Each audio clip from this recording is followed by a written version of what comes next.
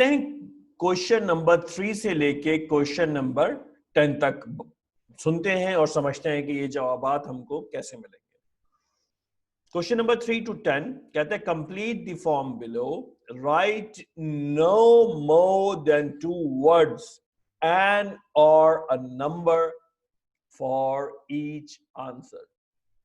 ये बहुत इंपॉर्टेंट है। ये इंपॉर्टेंट इसलिए है क्योंकि right no more than 2 words। 2 words का मतलब हो जाएगा कि एक वर्ड हो गया डार्क, दूसरा वर्ड हो गया डे। ये 2 वर्ड्स हो गए, ठीक है। 2 वर्ड से ज्यादा नहीं लिखना क्योंकि वो कह रहा है कि no more than 2 words, no more, ठीक है। इसका मतलब ये है कि आप एक वर्ड भी लिख सकते हैं, यू कैन राइट 1 word जैसे डार्क, या आप 2 वर्ड्स भी लिख सकते हैं डार्क डे, ठीक है। मगर इससे ज्यादा वर्ड्स आपने नहीं लिखना है। इससे ज्यादा अगर आप वर्ड्स लिखेंगे तो आपका जवाब गलत हो जाएगा। इसी वजह से अपनी पिछली थ्योरी के अंदर मैंने 12 इस चीज को याद दिलाया और याद दहानी कराने की कोशिश की, और मैं याद दिलाता रहूंगा आप लोगों को कि ये जो टास्क है, ये जो आपका मेन आपको टास्क मिल रहा है, right no more than 2 words और अ नंबर, ये टास्क बहुत इंपॉर्टेंट है। ये क्वेश्चन आपका बहुत इंपॉर्टेंट है। ये किस तरीके से आपका जवाब का फॉर्मेट आपसे मांग रहा है, ये अगर आपने इसमें गलती की तो आपके सारे जवाब गलत हो सकते हैं। समझने के लिए बात बिल्कुल ऐसी ही है कि आप सऊदीया जाते हैं और सऊदीया में अगर आप जाएंगे और कुछ परचेज करेंगे तो वो आपसे मांगेंगे रियाल। उनका इनपुट जो है वो रियाल में चलता है, वो इनपुट लेते हैं रियाल में। अब अगर आप वहां पे रुपए देंगे तो वो आपसे बिजनेस नहीं करेंगे, आपका रुपया एक्सेप्ट नहीं करेंगे। बिल्कुल उसी तरह से आइल्स की भी अपनी एक रिक्वायरमेंट है हर सवाल की। हमें वो सवाल बहुत क्लोजली पढ़ना है और समझना है और जवाब उसी हिसाब से देना है, ठीक है। तो एक तो ये हो गया, और दूसरी चीज कहते हैं, और एक चीज आई बीच में, एंड और एंड और का क्या मतलब है, इसको हमें समझना होगा, ठीक है। तो पहले हम समझते हैं एंड को। 2 words, maximum 2 words and a number. 2 words हो जाएंगे डार्क डे 6, ठीक है। तो ये 2 words एंड अ नंबर हो गया, वर्ड्स के साथ नंबर भी लिखे हुए, ठीक है। एंड कहते हैं कि दोनों चीजें मौजूद अगर हो तो। और में आपको ऑप्शन मिल गई कि या तो आप 2 words लिखें या आप एक नंबर लिखें।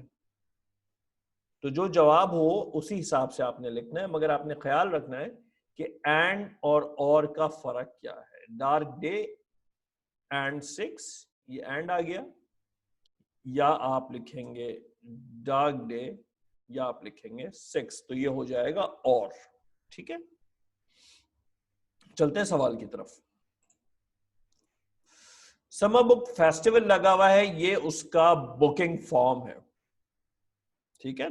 Name George O'Neill, address number 3 पे आ रहा है, dash west C, post code 4th पे है। इसका मतलब है कि यहां पर कोड होगा, नंबर्स या अल्फाबेट्स होंगे।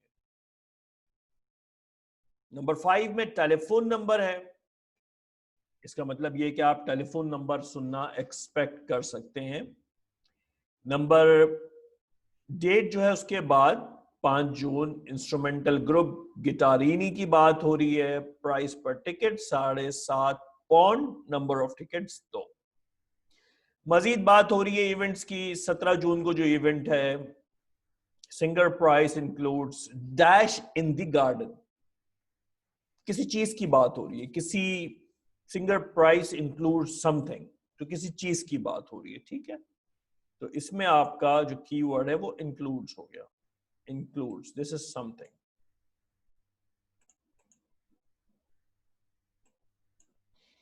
प्राइस पर टिकट 6 पाउंड्स और नंबर ऑफ टिकट्स 2, नीचे आ जाइए।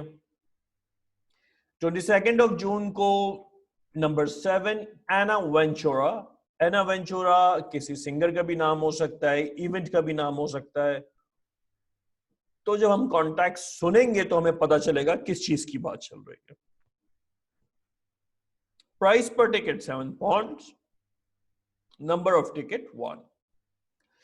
नीचे अगर चले तो 23 ऑफ जून को Spanish dance and guitar concert हो रहा है, और 8 नंबर पे जो सवाल है ये 8 नंबर का, ये पाउंड मतलब प्राइस की बात चल रही है, और 9 पे भी पॉसिबली प्राइस ही आएगी। बट कॉन्टेक्स्ट जब सुनेंगे, जब कन्वर्सेशन सुनेंगे तो पता चलेगा यहां पर क्या आएगा।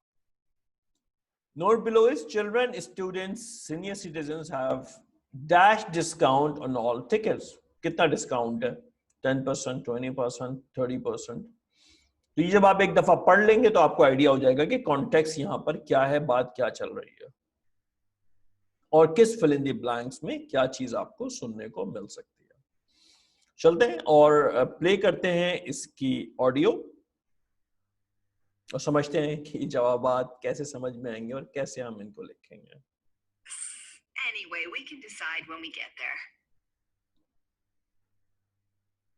Before you hear the rest of the conversation, you have some time to look at questions 3 to 10. अब इसने आपको टाइम दे दिया कि आप सवाल नंबर 3 से लेके 10 के दरमियान आराम से इनको पढ़ सकते हैं। ये परफेक्ट टाइम है इनको रीड करने का, पढ़ने का, कॉन्टेक्स्ट को समझने का और अपने कीवर्ड्स को हाईलाइट करने का।